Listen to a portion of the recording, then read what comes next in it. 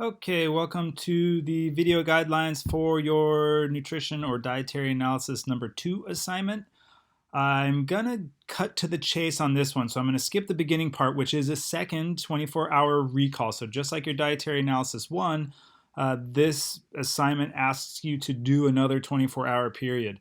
The value of doing 24-hour recall dietary analyses comes from doing multiple uh, sets of them. So doing one often gives you information about, okay, so I know what I ate on that day, but the more times you do them, the more information you get. So that's part of sort of the underlying reason for doing this is let's get a second one of these under your belt to see how your diet's changed in the last few weeks. So go through that process again, enter 24 hours of food consumption into the chronometer. Be sure to attach the screenshots of that to this assignment. Where this assignment differs a little bit is in the process of looking at what you consume. So the first one was really big picture stuff. Look at your macronutrient breakdown, look at your micronutrients, that kind of stuff. This one's going to get a little bit more specific into your macronutrient consumption. So the first part of it is the protein section. So the purpose of this first part is to evaluate your protein intake, and so answer the following questions. So first, what are your protein needs in grams per kilogram per day? Why is it right for you? And so when we had the protein discussion, the lecture, and if you look in the book, it says, protein needs vary based on your activity level and other circumstances. And the sedentary protein requirements for an individual are 0.8 grams per kilogram body weight. But if you're active, right, if you're a soccer player or you're a runner or you do other types of sports, whatever it is, your protein needs are going to go up. You're going to need more protein. So the range is 0.8 to 2.0 or even 2.2 grams per kilogram. Tell me where you are on that spectrum, on that scale. You may say, yeah, I'm sedentary, 0.8 grams per kilogram per day is good for me. Say that here and say why. Because I don't exercise. I don't do anything, but I'm a student and I study hard and I work hard, but I don't work out. Whatever. But tell me where you lie on that spectrum. This is something that you decide. Don't just go, oh, well, the book says it's 0.8, regardless of what I do as an individual. So make it, this is personalized. This is about you. So that's it for part A. B, what are your needs in grams per day? And so if you said, yeah, I need 0.8 grams per kg, that's great. Now we need to figure out how many grams of protein is that per day. And so Chronometer comes up with an estimate. I don't want you using that. I want you to do this on your own. So as an example, and I did some simple math, right? If you weigh 220 pounds and have a 1 gram per kilogram protein need, so I'm moderately active. I think I need 1 gram per kg, not 0.8, a little higher than that. So what I'm asking you to do is take your body weight in pounds and divide it by 2.2. Taking your weight in pounds, dividing by 2.2 converts it to kilograms. So in this case of this example, someone who weighs 220 pounds, divide that by 2.2, they equal 100 kilograms. And then we take our weight in kilograms and then multiply that by our needs, so the number that we had in section A up above, and in this case, I said that was 1 gram per kg, so I'd say 100 times 1. That means this individual in this example needs 100 grams of protein a day. So pretty straightforward math. Do the math correctly. Sometimes students mess this up. Ask me if you have questions before you submit it. You don't want to miss a point for that. Then we get to your dietary analysis. How many grams of protein did you consume on this day? And so the chronometer shows it in a couple different places. Tell me how many grams of protein you consumed on that day.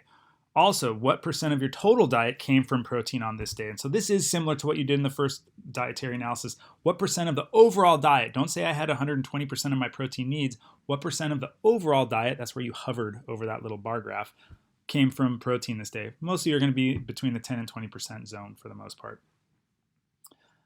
Or you could hand calculate it if you want. Are you consuming an adequate amount of protein? So this is just your straight up analysis. Are you getting enough? Too little, too much? Explain. If you're within 10 grams of what you said you should get, I'd say you're doing all right. Knowing that there are errors in this process as it is. But if you said your needs were 100 grams and you're consuming 20, you need to talk about that. So, and then lastly, section F, if you decide to begin or increase, if you're already exercising, an exercise program today, how would your protein requirements change? Why or why not? Yeah, maybe not the best way to word that. But what I'm asking is, if you started exercise now, would you need to start eating more protein to support that? Or are you already at that sort of maximum protein intake level, right? Hey, even though I'm sedentary, I'm eating that 2.2 grams of protein per kg. So if I started exercising, I'm already in a good place for protein. So just kind of explain that. Will you need to start consuming more? All right. Next section, the carbohydrate section. So in this section, we take a closer look at the carbohydrates you consumed, especially in relationship to their what's called glycemic load or glycemic index. And so for this section, look at the carbohydrate portion on your chronometer analysis. How many total grams of carbohydrates did you consume? How many grams of sugar were in there? Chronometer will tell you that. And then also the overall percent of your diet coming from carbohydrates. This can range. This can vary for all of you, obviously. And then in the table provided below, which I'll show you, and which you've probably already see, I want you to relist your foods that you consume. So just type them out again. It shouldn't take too long, right? Add some rows if you need to. And so for each food that you consume, find what its glycemic index rating is. And there's multiple ways to do this. The best way I suggest for all of you, right? It's the age of the internet, which is fantastic, and we get instant data of anything we want nowadays. Google the glycemic index scale. Challenges with the glycemic index, and I talked a little bit about it during the lecture. There's multiple ones out there. They don't all cover the same food. They don't all use the same data. There's going to be slight variations from one to the next. Find one that at least includes most of the foods that you eat. If you're missing a lot of foods on the glycemic index scale that you're looking at, find a better one. Keep in mind that foods that are exceptionally low in carbohydrates will not have a glycemic index rating. Eggs, there's no carbs in eggs. It's all protein and fat. There will not be a GI for an egg. So be mindful of that too, so don't get frustrated with some foods. Some of these glycemic index tables or websites that show you these scales will also give you the glycemic load. The glycemic load, we talked a little bit about it again in lecture. The glycemic load can be calculated from the glycemic index if you want, but just find one that gives you glycemic load and you just put that down there as well. So the math and the way to calculate glycemic index for each food you consumed is, I give a couple examples here. Again, make life easy on yourself. Find a glycemic index that includes the glycemic load for a given food. So once you've done that for all the foods that you consumed, especially all the carbohydrate-containing foods, I want you to evaluate those foods. And so ideally, and when we talk about glycemic index, high glycemic index foods outside of the context of exercise really don't have much value to us, right? They're causing massive rushes in blood sugar. That's the glycemic index. That's what it's measuring. And therefore causing a high insulin response. And that just sort of leads to a whole bunch of hormonal and other issues over time that we really don't want to have, again, outside the context of exercise. So I want you to look at each one of these. And any food with a GI rating, a glycemic index greater than 50, or a glycemic load greater than 15, find me a better food. In other words, hey, I had a chocolate chip cookie. Glycemic index was 60, 70, whatever it was. Find me something to replace that chocolate chip cookie with. Don't just go, oh, well, instead of a chocolate chip cookie, I'm going to have an egg. Chocolate chip cookie and an egg do not provide the same nutritional satisfaction. So try and find alternative foods that are similar. So instead of a chocolate chip cookie, maybe I will have I don't know. What? Nothing can replace a chocolate chip cookie, right? But maybe say I'm going to have a fig Newton bar. Oh, yeah, right. Those probably have high glycemic index too. Maybe a handful of nuts and a banana. Okay, that's somewhat similar. I'm getting some sweetness there, getting a little bit of the savory from the nuts, maybe. I don't know. Try and find alternative foods. Probably not the best example I gave you, right? Find alternative foods that are in relationship or close to the food that you're replacing. That's all. Go through all the foods. I'm going to be looking closely at that. And then once you're done, finish with a brief, like a paragraph, comment on your overall carbohydrate status. Are you getting too much? Are you getting too little? Are your sources good or bad? How can they be improved? I'm looking for some volume here. Don't just say, oh yeah, my carbs are good. You're going to lose points, right? So tell me, hey, my carb intake is good, and this is why. I'm eating carbs that are mostly, whole foods. They're coming from brown rice. They're coming from whole beans. I'm eating very few processed carbohydrates, very little sugar, very little, flour and that kind of stuff, that's what I'm after. So tell me about your carbohydrate intake. All right, finally, the last section. Omega-6 and omega-3 fatty acid balance, or the N6 ratio section. It starts off with a little blurb on why this N6 ratio is important. We talked about this in the fat lecture. N6 ratio is massive, right? The chronometer does an amazing job of showing it to us. You're going to show it to me. And so from your chronometer analysis, you're going to use another table. The table's down here. For each food, record the omega-6 and the omega-3 content of that food. And so, hey, I had a tuna sandwich. So I looked at the chronometer, tuna sandwich, omega-6 had this many milligrams, and omega-6s or omega-3s were that many milligrams. In the chronometer, you can hover over each food in the omega section. Actually, I'll go back and show you that in a second. So I'll show you the best way to get the omega-3 and omega-6 information in a second. So fill in this chart with all the foods and the omega-6 and omega-3 content of them, total them up, and then divide the omega-6s by the omega-3s, and that will give you your omega-6 to omega-3 ratio. So if you had, 1,000 milligrams of omega-6s and 500 milligrams of omega-3, 1,000 divided by 500 equals 2. So your ratio would be a 2-to-1 N6 ratio. Awesome, right? Like with the carb section, if you have a food that's exceptionally high in omega-6s, I want you to provide an alternative. And there is no true definition of high, not like with the glycemic index. So I'm saying if you're consuming a food that is greater than a 5-to-1 ratio of omega-6s to omega-3s, so greater than a 5-to-1 ratio between these two, give me an alternative food that has a lower one.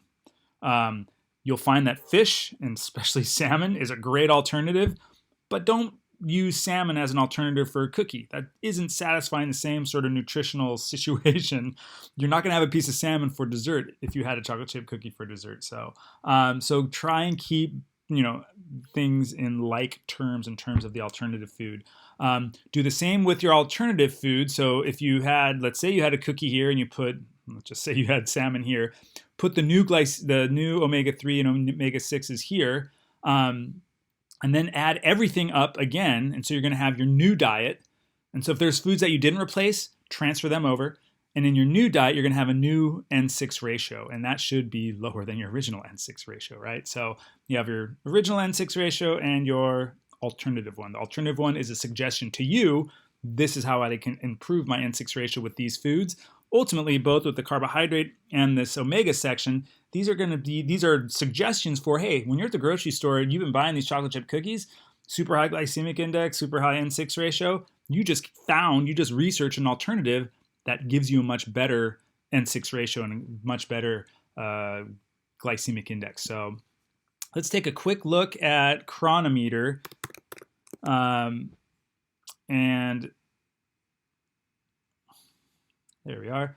I believe the 21st, maybe the 22nd. Yeah, 22nd. So when you do your chronometer, you can scroll down and we have, sorry, I scrolled too far. We have our lipid section, so our fats, right? So it says how much fat you had, monounsaturated, polyunsaturated.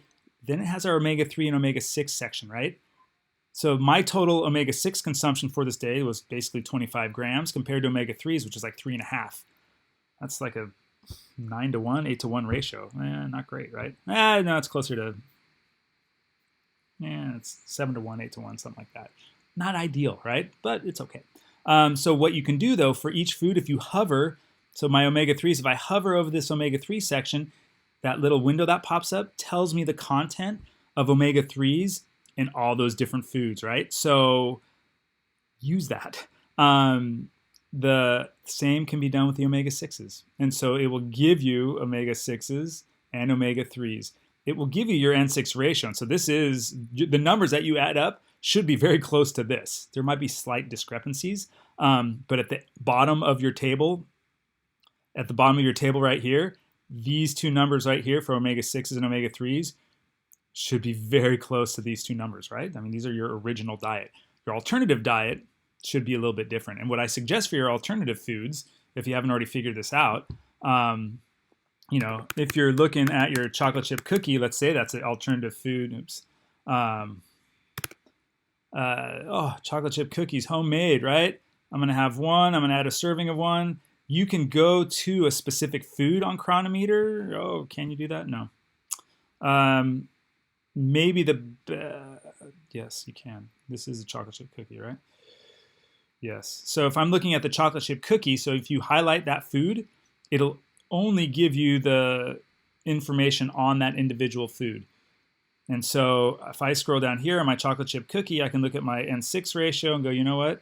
Chocolate chip cookie has no omega-3s, but it does have 0.2 grams, which is 200 milligrams of omega-6. So be mindful of these units. These are in grams.